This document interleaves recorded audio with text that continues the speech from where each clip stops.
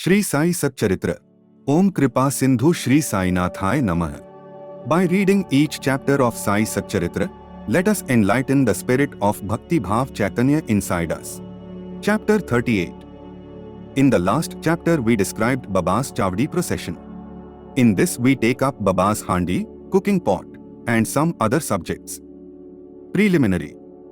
O blessed Sadguru Sai, we bow to you, who have given happiness to the whole world, accomplished the welfare of the devotees and have removed the affliction of those who have resorted to your feet.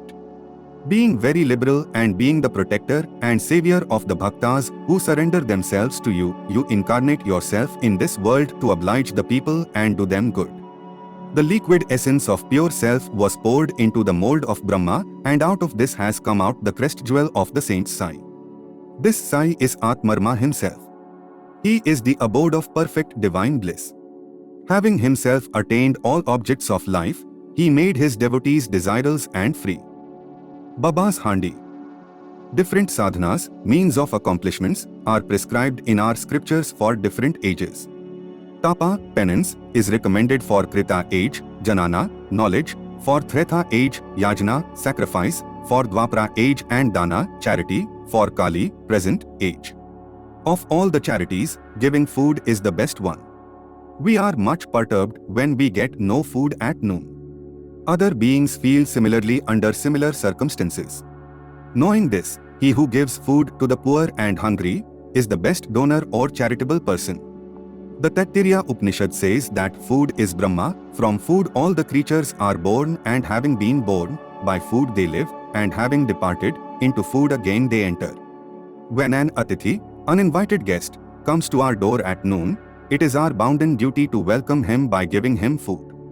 Other kinds of charities, that is, giving away wealth, property and clothes etc., require some discrimination, but in the matter of food, no such consideration is necessary.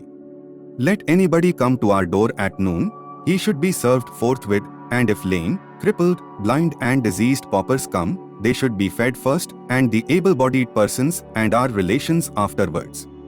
The merit of feeding the former is much greater than that of feeding the latter. Other kinds of charities are imperfect without this anadana, giving of food, as stars are without the moon, a necklace without its central medal, a crown without pinnacle, a tank without a lotus, bhajan without love, a married lady without the kumkum mark, singing without a sweet voice or buttermilk without salt. Just as Varan, pulse soup, excels all other dishes, anadana is the best of all merits. Now let us see how Baba prepared food and distributed it. It has been stated before that Baba required very little food for himself, and what little he wanted was obtained by begging from a few houses. But when he took it into his mind to distribute food to all, he made all preparations from beginning to end himself.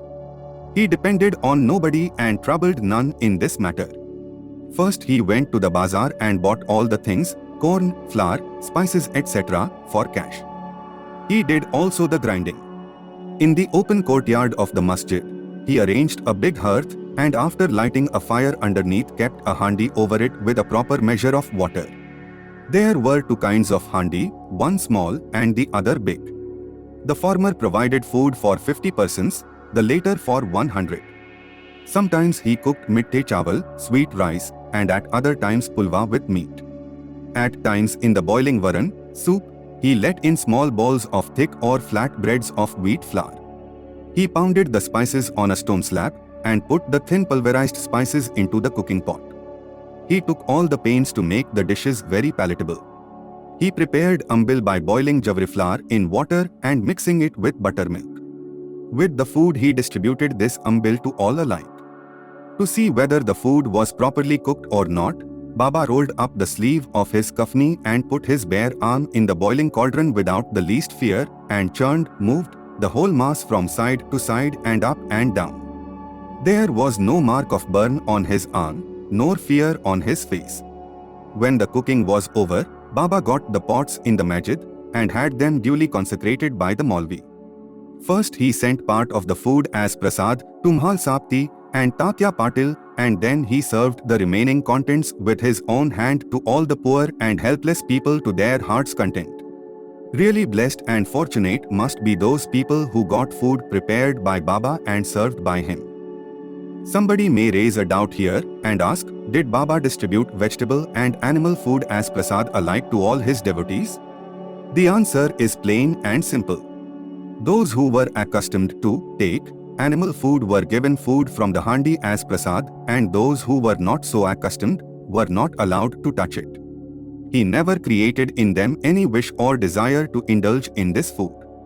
There is a principle well established that when a guru himself gives anything as prasad, the disciple who thinks and doubts whether it is acceptable or otherwise goes to perdition. In order to see how any disciple has imbibed this principle, Baba at times proposed tests. For instance, on an Ekadashi day he gave some rupees to Dada Kelkar and asked him to go in person to Koralha to get mutton from there. This Dada Kelkar was an orthodox Brahman and kept all orthodox manners in his life. He knew that offering wealth, grain and clothes etc. to a Sadguru was not enough, but that implicit obedience to and prompt compliance with his order was the real dakshina that pleased him most. So Dada Kelkar dressed himself and started for the place. Then Baba called him back and said, "Don't go yourself, but send somebody." Then Dada sent servant Pandu for the purpose. Seeing him starting, Baba asked Dada to call him back and cancelled that program. On another occasion Baba asked Dada just to see how the saltish pulva mutton dish was done. The latter said casually and formally that it was alright. Then Baba said to him, "Neither you have seen it with your eyes, nor tasted in with your tongue, then how could you say that it was good? Just take out the lid and see." Saying this, Baba caught his arm and thrust it into the pot and added, "Draw out your arm and taking a ladle, put some quantity in the dish without caring for your orthodoxy and without blustering." When a wave of real love rises in a mother's mind, she pinches her child with her hand, and when it begins to cry and shout, she hugs it close to her bosom. Similarly, Baba, in a true motherly way, pinched Dada Kelkar in this fashion. Really, no saint or guru will ever force his orthodox disciple to eat forbidden food and defile himself thereby. The handi business went on for some time till 1910 and was stopped thereafter. As stated before, Das Danu spread the fame of Baba by his kirtans far and wide in the Bombay Presidency, and people from that part of the country began to flock to Shirdi, which became in a few days a place of pilgrimage. The devotees brought with them various articles for presentation and offered various dishes of food as navedya. The quantity of navedya offered by them was so much that the fakirs and paupers could feed themselves to their heart's content, leaving some surplus behind. Before stating how navedya was distributed, we shall refer to Nana Sahib Chandorkar's story showing Baba's regard and respect for local shrines and deities. Nana Sahib's disrespect of a shrine. By drawing inferences or guessing in their own way, some people said that Sai was a Brahman and some that he was a Muslim. Really, he belonged to no caste. No one knew definitely when he was born and in what community and who were his parents. Then how could he be a Muslim or Brahman? If he were a Muslim, how could he keep dhuni fire ever burning in the masjid? How could there be a Tulsi Vrindavan there? How could he allow the blowing of conches and ringing of bells and the playing of the musical instruments? How could he allow all the different forms of Hindu worship there?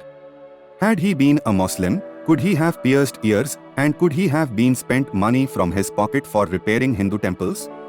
On the contrary, he never tolerated the slightest disrespect to Hindu shrines and deities. Once Nana Sahib Chandorkar came to Shirdi with his sadhu, husband of his sister-in-law, Mr. Binivalle. When they went to the masjid and sat before Baba talking, the latter suddenly got angry with Nana Sahib and said, "You are so long in my company and how do you behave like this?" Nana Sahib then at first did not understand anything and humbly requested Baba to explain. Baba asked him when he came to Kopragaon and how he came to Shirdi from thence. Nana Sahib then at once realized his mistake. He usually worshipped the shrine of Datta on the banks of the Godavari at Kopragaon on his way to Shirdi, but this time he dissuaded his relation who was a Datta Bhakta from going to that shrine to avoid delay and drove straight. He confessed all this to Baba and told him that while bathing in the Godavari, A big thorn went into his foot and gave him much trouble. Baba said that was the slight punishment be met and warned him to be more careful in future. Kala hodgepodge. To revert to the distribution of the Naivedya. After the Aarti was over and after Baba sent away all the people with Udi and blessings, he went inside and sat with his back to the nimbar for meals, with 2 rows of the bhaktas, one on each side. The bhaktas who brought Naivedya thrust inside their dishes containing a variety of food such as puris, mande, polis, basundi, sanja, fine rice etc. and kept waiting outside for prasad consecrated by Baba. All the foods were mixed in a hodgepodge and placed before Baba. He offered it all to God and consecrated it. Then portions of the same were given to the persons waiting outside and the rest was served to the inner party with Baba at the center. The bhaktas sitting into rows then dined to their heart's content. Baba asked Shama and Nana Sahib Nimonkar daily to serve the consecrated food to all the persons sitting inside and look to their individual needs and comforts. This they did very carefully and willingly. Every morsel of the food thus partaken gave them nutrition and satisfaction. Such sweet, lovely and consecrated food it was. Ever auspicious and every holy. Cup of buttermilk. Once Hemadpant had eaten his full in this company, when Baba offered him a cup of buttermilk. Its white appearance pleased him, but he was afraid that there was no space inside for it. He, however, took a sip which proved very tasty. Seeing his faltering attitude, Baba said, "Drink it all, you won't get any such opportunity hereafter." He drank it off then, but found that Baba's words were prophetic, for he passed away soon. Now, readers, we have certainly to thank Hemadpant. He drank the cup of buttermilk, but has supplied us with sufficient quantity of nectar in the form of Baba's Leelas. Let us drink cups and cups of this nectar and be satisfied and happy. Bow to Shri Sai. Peace be to all. The next chapter of Shri Sai Satcharitra will be available on our YouTube channel in the next 24 hours. Till then, stay tuned and do not forget to subscribe to Bhakti Bhav Chaitanya English and like and share the video.